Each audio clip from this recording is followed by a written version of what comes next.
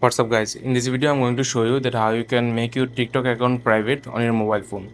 So let's jump into the video. What you need to do, first you have to go to on your TikTok app. After going to your TikTok app, what you need to do, you have to go to on your profile, you have to click on this. Okay, please guys make sure you watch the full video and follow every steps that I'm going to show you so that you can private your TikTok account. After doing so, you have to click on this three dot bar icon on the top right corner.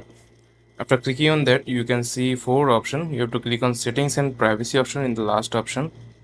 Then what you can do, you have to click on your account or privacy. You have to click on your privacy just like this. Then you can see an option called private your account. Then you have to click on this. This will be turned on. Then after that you are ready to go. Then your account will be private. So guys, this is that simple. I hope you find this video helpful. Please leave a like on this video and subscribe my channel for more video like this. Peace.